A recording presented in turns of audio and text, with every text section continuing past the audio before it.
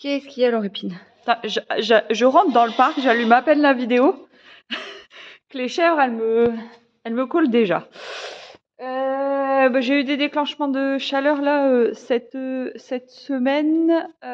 J'en ai encore aujourd'hui, mais c'est un peu plus espacé et c'est un petit peu moins intensif.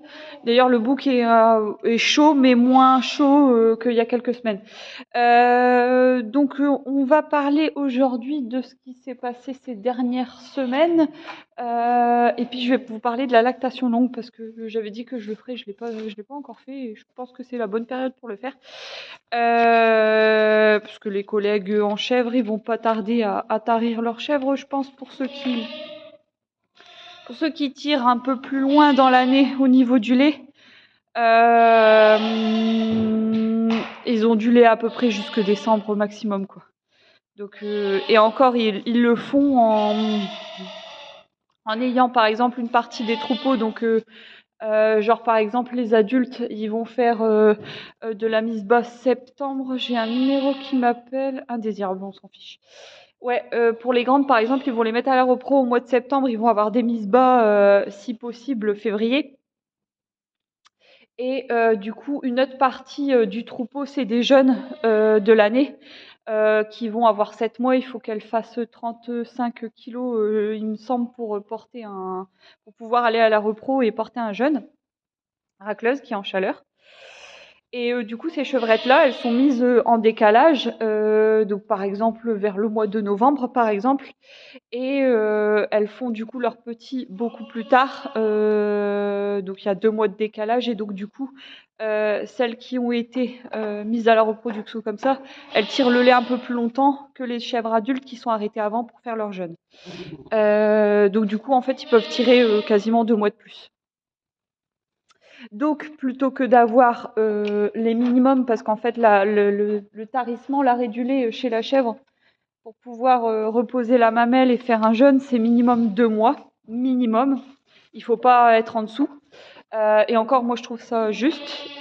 Du coup, ça leur fait, plutôt que d'avoir 2 mois, voire plus, 3-4 mois, allez, plutôt que d'avoir 2-3 mois d'arrêt dans l'année, ils n'ont plus qu'un seul mois en fait d'arrêt dans l'année.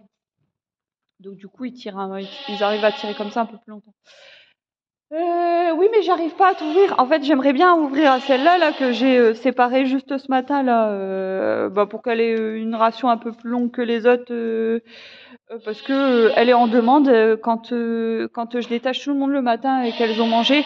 Celle-là là, elle va directement dans ce box-là parce qu'elle sait qu'il y a du beau foin, quoi. Donc du coup, j'ai pris l'habitude de la mettre un tout petit peu le matin, un petit 2 heures après la traite, et du coup elle profite bien. Alors, je vais la faire descendre pour lui ouvrir.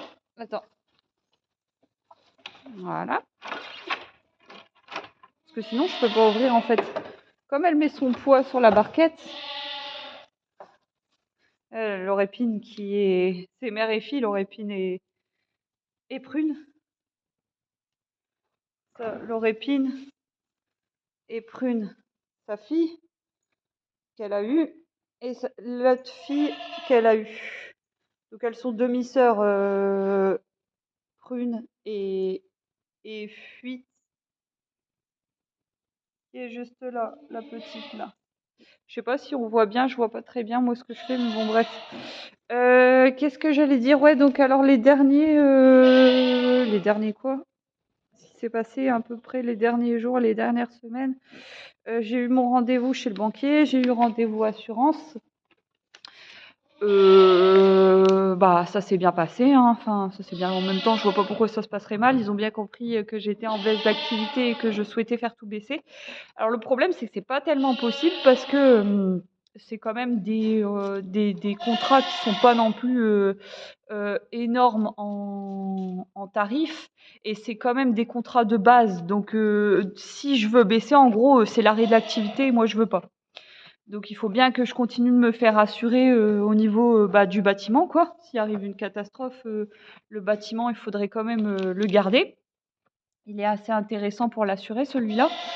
Et assurance civile, c'est obligatoire. Enfin voilà quoi, il y a des choses qu'on peut pas Bah, qu'on peut pas supprimer quoi en fait, donc sauf si s'il y a plus d'activité, donc voilà. Donc ça, je suis obligée un peu de le garder. Donc apparemment, ils ont des offres en 2025, donc il faudra que je reprenne rendez-vous pour avoir des nouveaux tarifs, sachant qu'il m'a dit qu'il pouvait avoir des tarifs par rapport à ce que je souhaite. Donc du coup, ce sera plutôt l'année prochaine. C'est Poupouille. Est-ce que vous l'avez reconnu, Poupouillette? Poupouillette. Et alors, les 3 rumines, j'ai une là au-dessus, j'ai une là sur le côté, et j'ai Trouille, qui est juste là. Et elle rumine, alors ça fait... C'est trop marrant. Bon, bref, je vais pas me laisser déconcentrer. Ouais, et donc je disais, et donc après il y a le banquier. Donc le banquier, en fait, il était convenu, enfin, moi, j'avais décidé de rembourser mon prêt total pour être tranquille avec ça et voilà et continuer l'année différemment. Sauf que quand j'ai discuté avec le banquier, il m'a proposé un truc que j'ai pas trouvé con. Comme je suis en transition et que je sais pas trop l'avenir de la ferme, comment ça va aller, est-ce que je vais avoir besoin de mes sous, est-ce que je vais... Enfin, en fait, il dit que c'est tout à fait possible de rembourser mon prêt tout de suite, qu'il n'y a pas de problème. Bon, bien sûr, il y a un peu de frais à l'arrêt, enfin, au remboursement du crédit. Mais c'est vrai que c'est pas con. Il me dit si vous avez une petite construction à faire ou si vous avez un aménagement à faire quelconque, ou même carrément vous souhaitez partir sur autre chose ou quoi, ok, ça serait dommage de rembourser le crédit pour en refaire un derrière. Donc je trouve qu'il a pas tort et en fait, ce qu'il m'a proposé, c'est d'ouvrir un compte en plus de mon compte pro, sachant que ça me coûte rien. C'est un LDD, il me semble. Ouais, c'est un LDD. Et en fait, du coup, ça me rapporte un peu d'intérêt par an. Alors bon, c'est pas les intérêts, c'est pas assez intéressant pour mettre de côté, mais comme j'ai pas mal de fonds de côté, je vous dis, j'ai de quoi rembourser mon crédit. Du coup, en fait, j'ai calculé en fait ce que je mets en LDD, ça me rapporte autant que ce que je paye en frais de tenue de compte. Donc, du coup, en faisant comme ça, du coup, je ne paye plus de frais de tenue de compte pro à l'année, quoi. Donc voilà, ça fait toujours ça de gratter. Alors bon, c'est 20 € par mois, mais bon, c'est 20 € par mois quand même. Donc du coup, j'ai fait ça et puis l'année prochaine, on verra bien, sachant que je pourrais, toujours rembourser mon crédit. Donc voilà un peu, ce qui va se passer. Donc là, je suis toujours en attente de baisse de cheptel, sachant que la priorité, c'est le book, j'ai toujours pas vendu. En même temps, c'est un peu difficile, hein, il est entier, les gens ont déjà, leur book reproducteur. Donc c'est pas forcément une période facile. C'est pareil pour la viande, c'est pas intéressant parce que bah il sent très fort, donc ça se ressent dans le goût de la viande. Donc ça c'est pareil quand vous laissez entier des jeunes, sachant qu'il faut savoir qu'en chèvre, les boucs sont reproducteurs à partir de 4 mois. Donc ça veut dire que si vous castrez pas et qu'il a dépassé les 4 mois, il y aura forcément un goût un petit peu, je parle un petit peu, dans la viande. Elle est un tout petit peu plus forte. Donc plus il grandit, plus elle va être forte. C'est pareil si c'est un bouc qui s'est déclenché en reproduction, donc il y a des femelles près de lui et qu'il a des réactions de reproduction, genre se pisser dessus et tout ça, bah, la viande est encore plus forte. Sachant que plus il grandit, plus la viande elle est forte. C'est pareil quand vous avez des femelles, celles qui ont reproduites ont un goût plus fort que celles qui n'ont pas reproduit. Donc si vous avez une chèvre de 2-3 ans qui n'ont jamais reproduit, la viande est beaucoup plus fine qu'une chèvre qui a 1 an et qui a déjà reproduite. En gros, c'est ça. Donc voilà. Voilà pour, je devais pas du tout parler de ça, mais bon, c'est pas grave. Donc lactation longue, je me suis fait une anti-sèche pour pas oublier de trucs et je suis même sûre qu'avec cette anti-sèche là, je vais louper des trucs donc bah tant pis quoi. Donc je voulais vous parler de lactation longue parce que c'est quelque chose c'est un système qui est intéressant au niveau de l'élevage. Il y a plein d'avantages, hein, bon aussi des inconvénients forcément, mais je trouve qu'il y a plein d'avantages, surtout moi qui ai un petit cheptel et qui ne souhaite pas agrandir le troupeau. Bah, du coup, ça me permet, de continuer, une production sans avoir de troupeau, enfin sans avoir de bêtes en plus, sachant qu'en lait, Surtout les chèvres, hein, elles font pas de viande, enfin, c'est vraiment des animaux pour le lait, donc elles sont pas intéressantes pour faire autre chose et donc du coup, c'est pas du tout intéressant en lait de faire de la production de viande, quoi. Il faudrait trouver des races mixtes, mais voilà, c'est très compliqué à trouver en chèvre. Et donc du coup, c'est pas anodin quand même, à faire ce type de conduite parce qu'il y a quand même des règles à respecter et il y a quand même un bon suivi, finalement comme la lactation standard, hein, il y a quand même un suivi des chèvres, hein. C'est pas c'est vous vous contentez pas de juste continuer à traire et puis c'est tout, ça va un petit peu plus loin que ça quand même. Donc, déjà, il va falloir que vous vous posiez la question, c'est quel type de chèvre vous pouvez mettre en lactation longue parce que toutes les chèvres ne sont pas faites pour. En général, c'est quand même des bonnes productrices que vous allez choisir, donc celles qui ont une belle année, qui font bien du lait en gros et qui tiennent surtout bien le lait en arrière-saison. Parce que c'est pareil, vous allez avoir des très bonnes chèvres qui vont faire un très beau pic de lait, mais qui vont pas tenir la lactation. Donc celles-là, vous n'allez pas pouvoir continuer à les traire parce que tout simplement, elles auront une production trop faible en hiver et elles sont prêtes à tarir, quoi. Et quand vous avez des chèvres prêtes à tarir, vaut mieux les tarir parce que si vous continuez à les traire, en fait, vous risquez d'avoir soit un arrêt de lait en cours de saison future, soit vous risquez d'avoir une lactation très très faible de moins d'un litre par exemple, ou vraiment tout juste un litre. Et du coup, ça va pas être intéressant de passer en lactation longue. C'est pareil, les hautes productrices, donc celles qui arrivent. Mais oui, je te gratte. Celles qui, je gratte pas assez fort, je crois. Ouais, les fortes productrices qui arrivent à avoir bien du lait et qui arrivent à garder le lait en hiver, elles ont ce qu'on appelle des cellules au niveau du lait.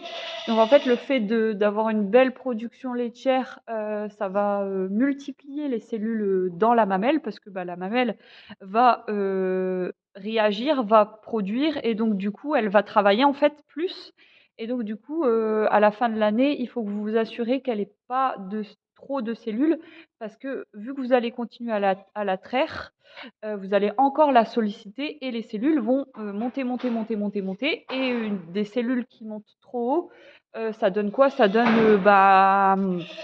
des mammites, donc des problèmes mammaires, des mamelles qui, finissent par mourir. Donc en fait, ça fonctionne plus en fait dans la mamelle parce que, vous l'avez trop, sollicité et puis du coup elles peuvent perdre, des quartiers, voilà quoi. En gros c'est à peu près ça, qui peut se passer. C'est pareil la mamite, vous avez des mamites qui sont, pas trop dérangeantes où vous tarissez la chèvre et puis, avec un bon repos, assez raisonnable, vous allez pas trop avoir de problèmes, ça va se rétablir. Mais vous avez des mamites en fait, où vous allez pas pouvoir, transformer le lait en fromage parce que, le lait est, infecté en gros et pareil du coup, ça va être une chèvre qui va, du coup, moins produire parce que, c'est des mamelles malades en fait. Donc voilà, voir des mamelles, comme je vous ai dit, inefficaces vu elles vont, mourir en gros. Donc pour, savoir combien elles ont de cellules, dans les mamelles, il faut faire des analyses de lait. Donc là, je vous ai donné une adresse qui est assez connue, ça s'appelle Labilé à Aumale et en fait, eux, ils sont spécialistes du coup de tout ce qui est quoi? Tout ce qui est, analyse, mammaire, donc analyse, de lait et donc là, souvent, c'est un kit que vous allez, en gros, vous trayez la chèvre, dans un petit pot et vous envoyez,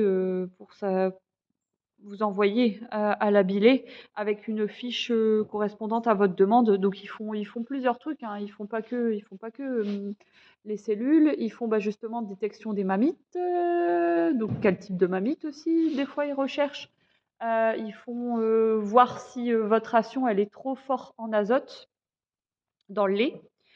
Il y a quoi? Les germes pathogènes, donc Escherichia coli, des Listeria, des trucs comme ça et ils font quoi d'autre? TB-TP, parce que ça, c'est la relation TB-TP pour ceux qui connaissent pas, c'est pour savoir en gros si votre lait est de qualité.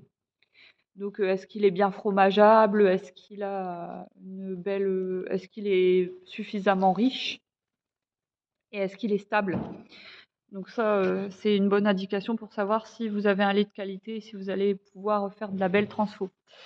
Donc voilà. Alors, dans les avantages et l'inconvénient de la lactation longue, alors vous avez du coup pas de saillie. Donc du coup, pas de surveillance de prise, pas de surveillance de déclenchement de chaleur. Les chèvres sont globalement plus calmes. Si vous n'avez pas de présence de bouc dans le bâtiment, bien sûr, voire même près des chèvres, quoi. Du coup, elles se déclenchent beaucoup, beaucoup moins. Et du coup, c'est beaucoup plus calme. Du coup, vous n'avez pas de jeunes à élever. Donc, en lait, c'est intéressant parce que, comme je vous ai dit, en fait, bien souvent, les éleveurs laitiers, alors moi, c'est pas ce que je fais, hein, je vous invite à voir les vidéos précédentes pour vous savoir comment je travaille. Mais en gros, on sépare le jeune de la mère pour pouvoir le nourrir au lait en poudre et pour pouvoir continuer à traire les chèvres et transformer. Pourquoi? Parce qu'en fait, le prix de du lait en poudre, forcément, a un coût, mais sera beaucoup moins élevé que les fromages que vous allez transformer et vendre. C'est franchement, ça n'a rien à voir du tout. Je vous invite à faire le calcul vite fait. On dit souvent un litre, un fromage. Un fromage frais, c'est vendu à peu près 3 à 4 euros suivant les tarifs. Et quand vous faites le calcul d'une chèvre, par exemple, qui donne, allez, ne serait-ce que même un litre, ça fait 3 euros par jour. Votre lait en poudre, vous allez payer une centaine d'euros. 100 euros, vous allez nourrir 2 chevreaux avec. Donc, vaut mieux perdre 100 euros et récupérer l'argent de la vente de faux fromages plutôt que de nourrir le petit sous la mer, quoi. En gros, c'est ça. Et puis c'est pareil, le petit, vous allez le vendre que dalle, quoi. Donc du coup, voilà, quoi. D'ailleurs, il y a beaucoup d'éleveurs qui sont emmerdés avec les jeunes, hein, qui les nourrissent, par exemple, pendant une semaine avec le colo, et après ils les vendent à des engraisseurs belges, parce qu'ici on est en Flandre, donc on est à la frontière belge, et du coup, c'est les Belges qui élèvent les chevreaux pour la viande, quoi. Donc voilà. Quoi d'autre? Du coup, c'est pareil, l'élevage de chevreaux, du coup, ça vous demande aussi du temps de travail vu que, il faut pailler, il faut nettoyer, il faut surveiller, l'eau, l'alimentation, il y a le foin, il y a le lait, après il y a la vente des animaux, hein, forcément. Ensuite quoi? Donc ça aussi c'est du travail en plus, donc quand on a la lactation longue, on n'a pas ce travail-là. Par contre, ça vous oblige du coup à traire et à transformer toute l'année et à vendre toute l'année. Et ça, du coup, c'est pareil, c'est assez confortable dans le sens où on a moins de production de lait vu que l'hiver, elle baisse naturellement. Ça, on y reviendra tout à l'heure. Et du coup, vous avez quand même moins de transfo et moins de ventes malgré tout, mais vous en avez encore. Et donc du coup, là, par exemple, je ne fais plus des journées de 10 heures, mais je fais quand même bien des journées de 8 heures, quoi. Donc du coup, j'ai gagné un bon 2 heures, quoi. Donc c'est pas non plus faramineux, surtout quand vous travaillez du lundi au dimanche. Voilà, on court moins, mais il y a du boulot, quoi. Donc du coup, ça c'est pas négligeable. Ensuite, ouais, ça aussi hyper important quand vous faites de la lactation longue, vous allez avoir un gros avantage par rapport aux chèvres qui vont porter leurs jeunes, c'est qu'au niveau de l'état corporel, ça va être moins compliqué pour une lactation longue parce qu'en fait, si jamais elle perd du poids, elle va juste baisser en lactation. Et du coup, il va falloir que vous fassiez gaffe parce que potentiellement, elle peut se tarir ou trop baisser et vous allez être obligé de la tarir et là, vous avez foiré. Mais globalement, vous avez moins d'incidence sur l'année suivante.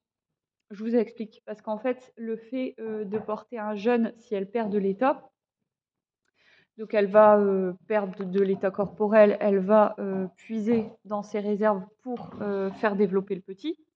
Et du coup, quand vous allez être en démarrage de lactation, elle va être pénalisée sur sa lactation. Et c'est logique en fait parce que du coup, le fait de mettre au monde un jeune, d'avoir porté le jeune, ça lui a demandé beaucoup d'énergie et beaucoup de réserve. Et du coup, elle va arriver en début de lactation avec une lactation qui est basse. Elle va pas forcément faire son pic et elle va pas forcément tenir sa lactation pour l'hiver prochain. Et donc bah, c'est quand même un avantage sur ça parce que du coup, vous allez juste baisser en lait et donc du coup, c'est pareil, le fait de baisser en lait, vous allez pouvoir rattraper quand même le coût moi, c'est ce que j'ai fait là en favorisant par exemple les chèvres qui n'ont pas leur place.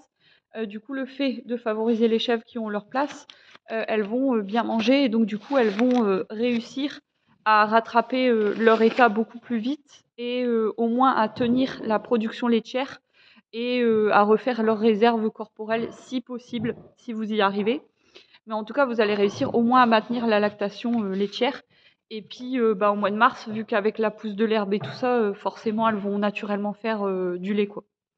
Alors que si c'est une chèvre en lactation normale, et même si vous avez de l'herbe, elle a perdu trop d'état, donc il va d'abord falloir qu'elle se refasse avant de refaire du lait. Vous voyez? Donc voilà. Donc moi je trouve que c'est moins compliqué en lactation longue, sachant que quand même, en fait, vous avez bien compris que l'hiver, ça veut dire un apport en protéines qui est plus élevé pour la lactation longue. Pourquoi? Parce que il faut qu'elle continue à faire du lait en hiver, ce qui est pas très, ce qui est, je crois que je vais me lever parce que je vais pas y arriver. Ce qui est pas très en fait naturel, hein, vu que l'hiver elles sont faites pour, peu importe ce que vous allez faire, de toute façon elles vont baisser, c'est sûr. Enfin, vous pouvez donner toutes les protéines que vous voulez, un putain de foin, je sais pas moi, de crocs, un putain de foin séché en grange qui est super beau, qui est super riche, elles vont forcément baisser l'hiver. C'est obligé, c'est comme ça, elles sont faites comme ça. Et du coup, vous allez devoir forcément plus compléter à la ration pour faire tenir le lait, parce que notamment, en hiver, il y a plus de pousses d'herbe. Et donc du coup, ça veut dire un apport protéiné qui est un peu plus élevé. Et donc du coup, vous allez devoir payer un peu plus cher à élever en lactation longue qu'en lactation simple. Parce que c'est pareil, en lactation simple, vous avez quand même le tarissement, donc ça veut dire arrêt ou grosse baisse des grains. Vous allez supprimer plus de grains protéinés parce que c'est pas intéressant quand elles sont taries et quand elles sont en gestante. Vous allez en donner un peu, mais vraiment beaucoup, beaucoup, beaucoup, beaucoup moins. Et du coup, forcément, c'est moins cher, hein. Les grains standards sont beaucoup moins chers que les grains protéinés. Donc il y a ça qu'il va falloir calculer et qu'il va falloir prendre en compte. Donc voilà, il y a autre chose, hein. Il y a autre chose. Ouais, pour tout ce qui est, je préfère vous le dire, grossesse nerveuse, ça je voulais vous parler. Alors non, je vais continuer sur la baisse de lait en hiver. Donc ça c'est logique en fait, quoi que vous allez faire, elles vont baisser en lait l'hiver. Et c'est pareil. Pourquoi il me fait ça lui? Ouais, oui.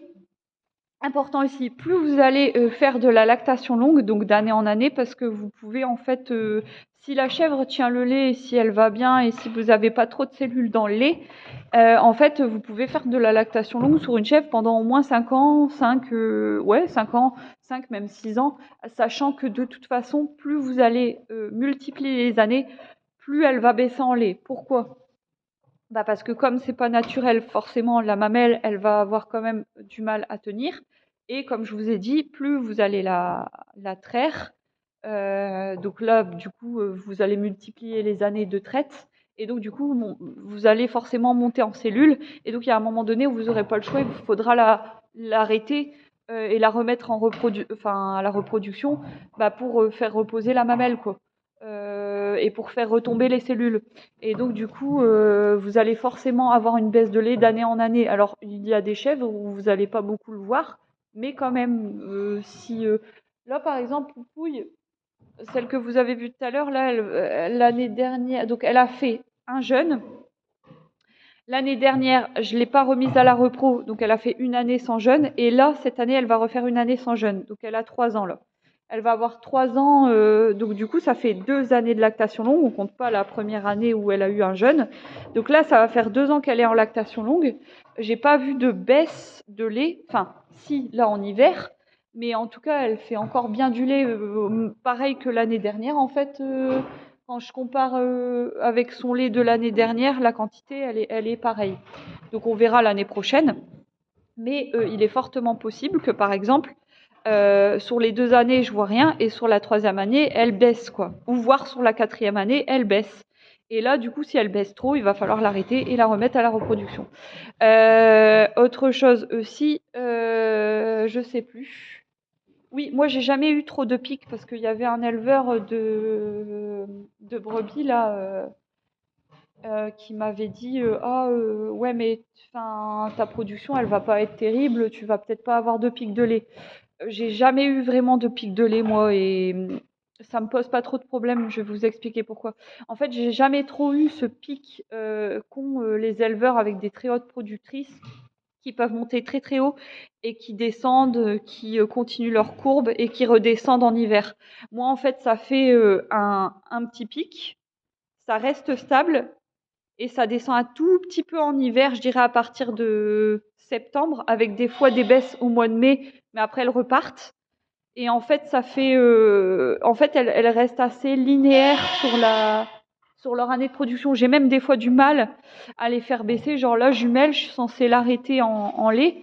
Bah, pour l'instant, elle est encore bien niveau litre, quoi. Donc, du coup, sachant que moi, je les arrête pas. En fait, il faut au moins qu'elles aient 1 litre, voire soit 1 litre, soit en dessous d'1 litre pour les arrêter. Si elles sont au-dessus, je les arrête pas.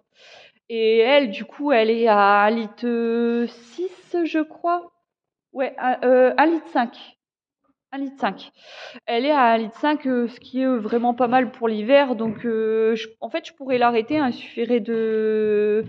J'ai baissé déjà les granules et niveau foin, elles ont un petit peu plus de reste. Mais je pourrais encore faire un peu mieux que ça, voire arrêter les grains, voire la séparer un peu plus et donner du foin, le nouveau foin qui est un peu moins beau. Et là, du coup, elle baisserait super bien et je l'arrêterai. Mais bon, pour l'instant, on va arrêter, enfin, on va continuer comme ça. Sachant que si elle s'arrête, elle va à la retraite. Donc voilà.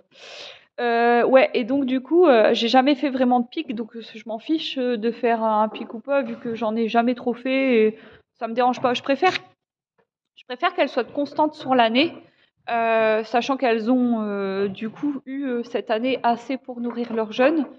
Donc du coup, j'arrive mieux à les nourrir, notamment avec les grains et le foin que j'ai trouvé.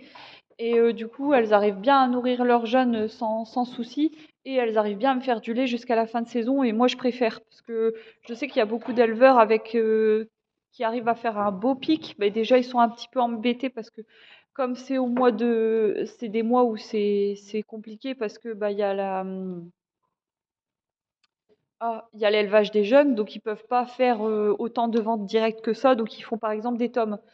Moi je préfère être moins courir dans mon travail, qu'elles nourrissent leurs petits et que le surplus je le transforme et je fais un petit peu de vente, quoi. Et d'ailleurs j'ai réussi à faire ça cette année. J'ai réussi à faire de la vente en même temps qu'elles nourrissaient leurs petits, quoi. Donc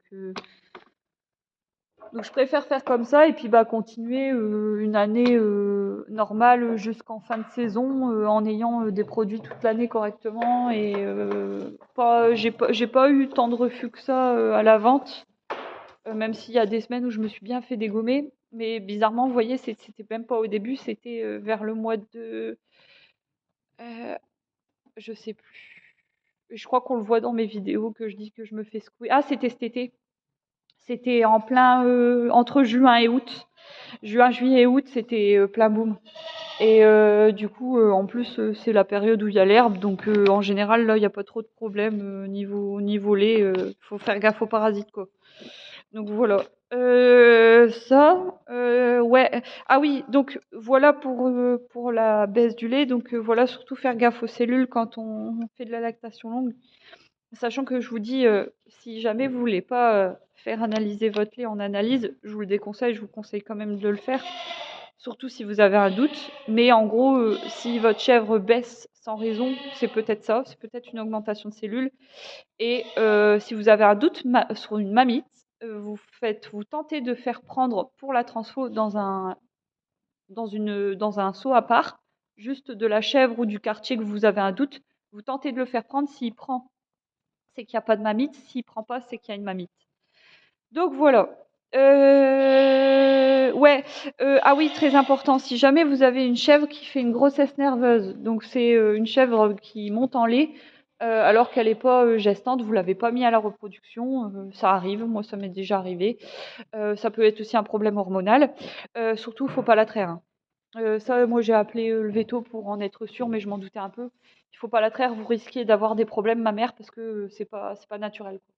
Donc voilà, je pense que j'ai tout dit. Je pense que j'ai tout dit. Je pense que j'ai tout dit.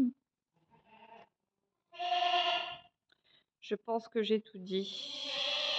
Ouais, j'ai à peu près tout dit. Je pense que c'est assez complet. En plus, là, de toute façon, je vais devoir y aller parce que il est midi 20, il faut que je sorte les chèvres.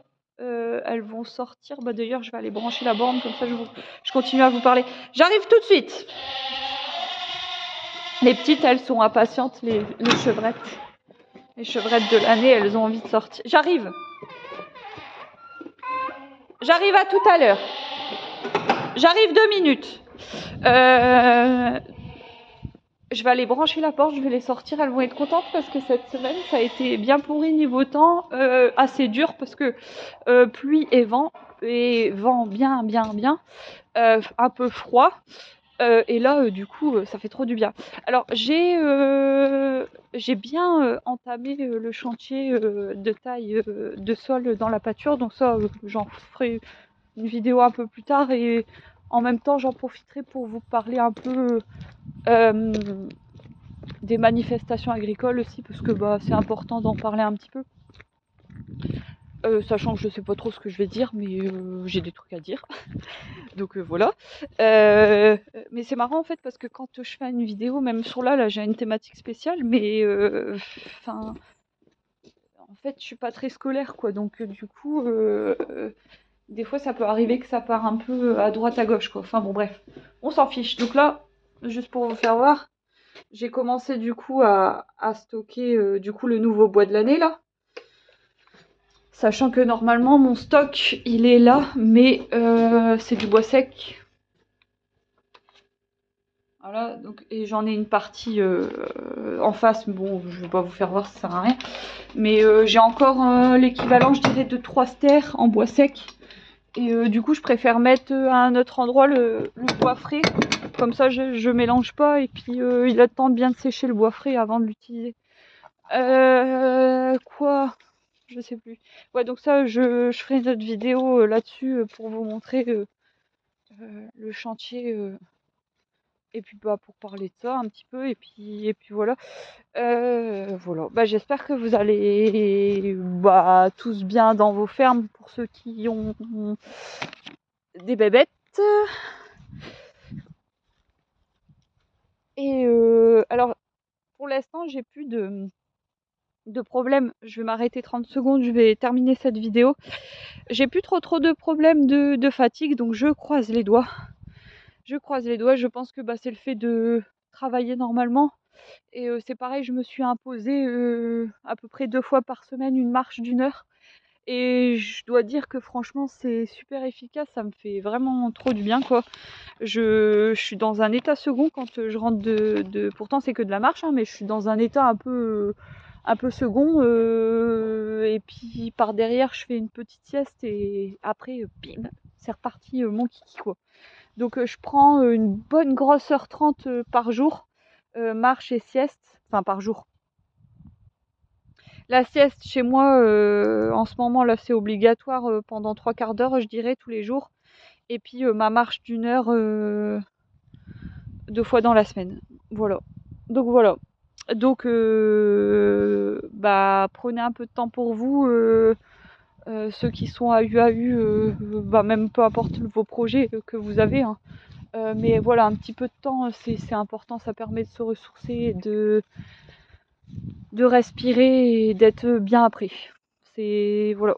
Allez, je vais m'arrêter là, je vais sortir les chèvres, à plus.